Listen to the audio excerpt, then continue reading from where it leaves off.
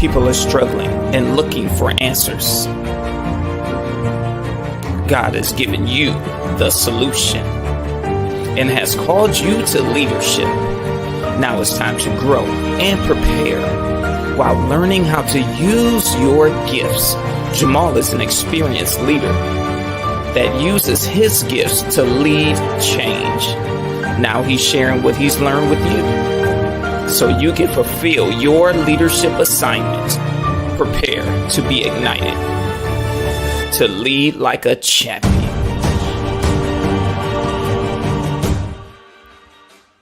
Hello, everybody. Hello. Welcome to Igniting Champion Leaders Live. I am your host, Jamal Maxsam, igniter of champion leaders. My assignment is to ignite believers called to leadership in their ability to lead, function in their gifts so they can partner with God and they can fulfill their assignment of leading change in their assigned area of influence. And so those of you who are watching online, thank you so much. Those of you who are listening live in Clubhouse, thank you all so much.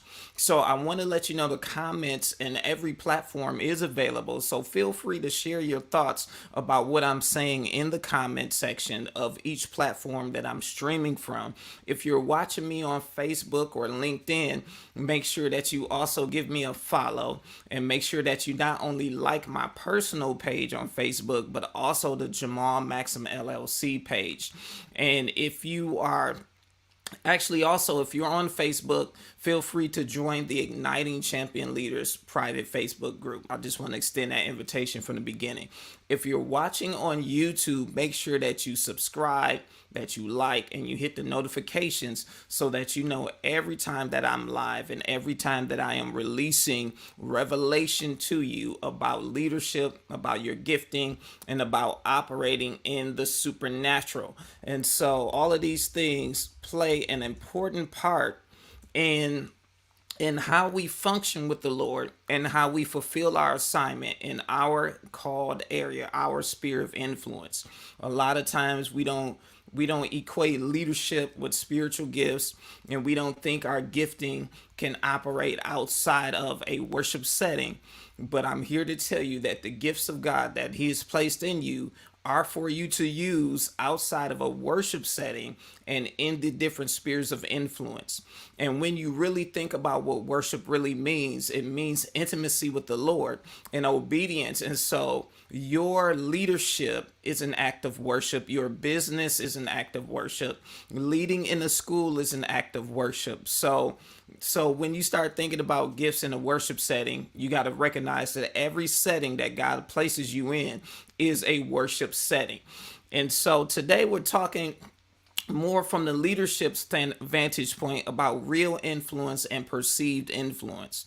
One of the things that I've been really thinking about, as we engage in social media, because no matter where you're leading or how you're leading, you need to ensure that you are engaging and using the tools that are available to you in order to fulfill your purposes and destiny.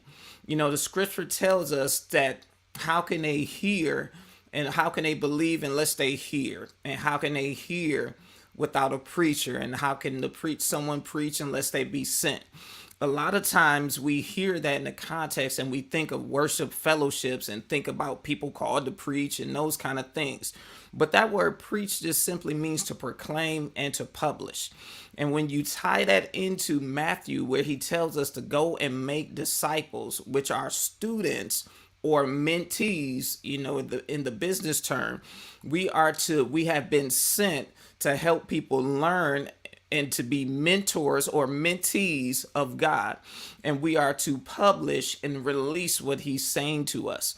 And so one of the things that is extremely important is that we engage in telling and using the tools like social media and other things to release what the Lord is saying to us.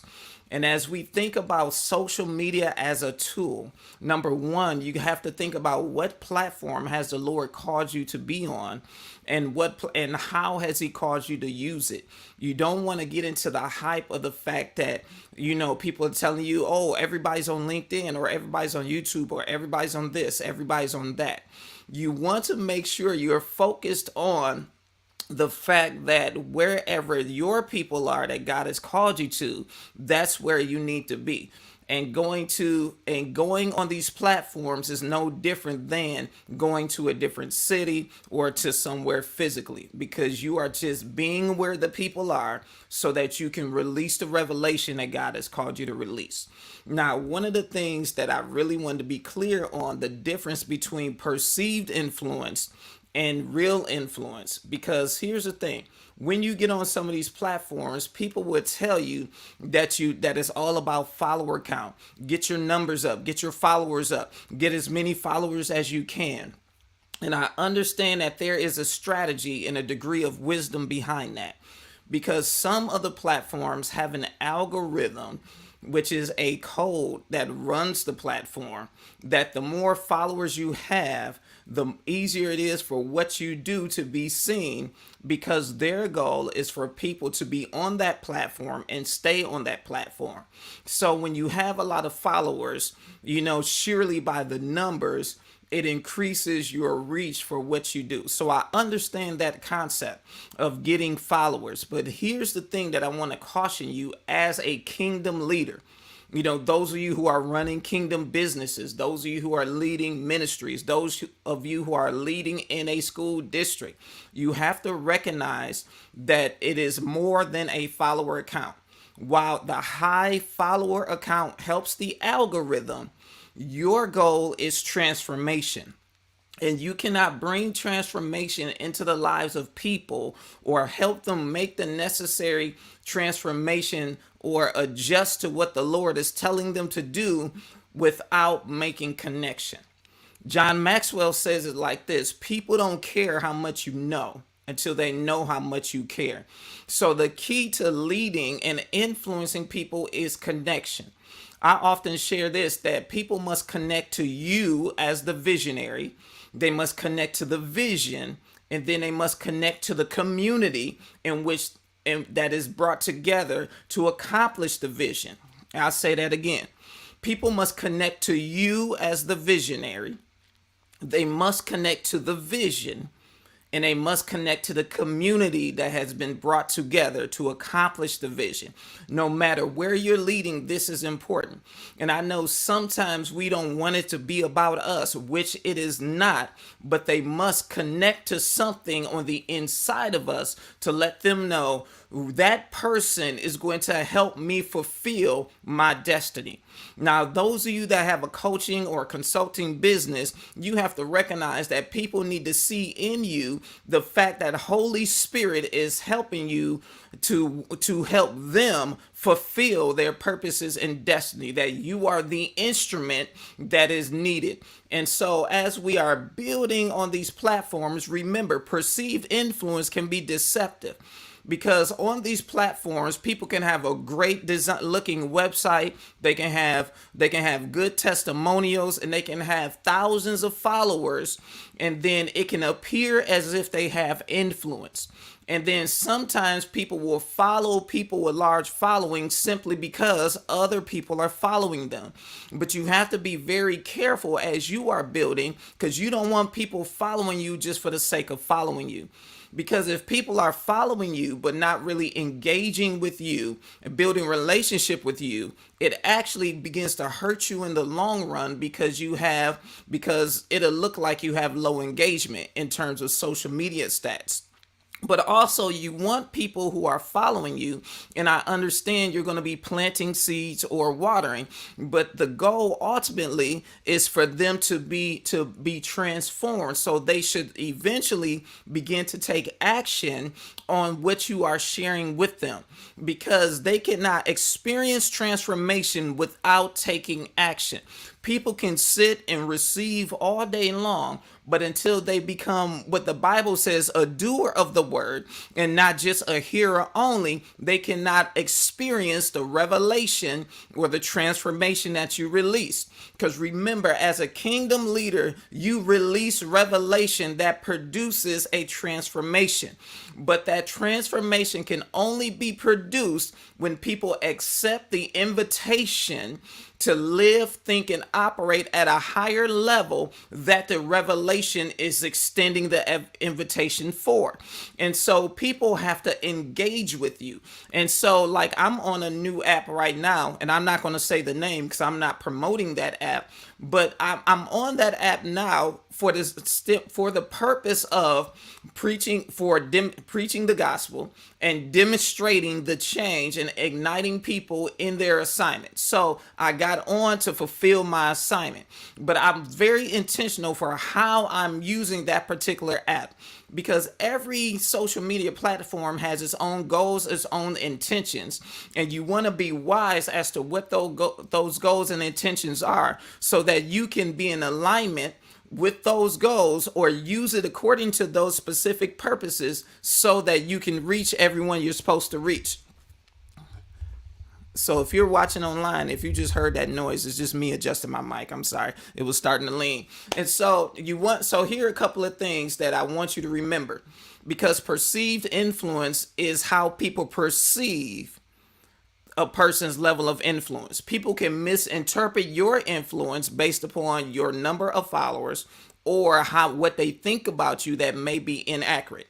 But also, people can have perceived influence by having a large number of followers, whether it be online or even in person, but not really be impactful. Because remember, leadership for the kingdom believer, for the kingdom leader, is influencing people to fulfill purposes and destiny. Remember that. Leadership is influencing people to fulfill purposes and destiny. And so if you have followers, but they're not being moved towards walking out purposes and destiny, then you're not really leading in relation to the kingdom standard. And so genuine influence, or real influence, again, is based upon connections, because real connections and genuine connection sets the stage for the true impact that you want to have and that they're supposed to receive. Now, sometimes in social media world, they call this a micro influencer, where you don't have a lot of followers, but the ones that are following you are engaging with you, and they're, in a business sense, purchasing your services and products.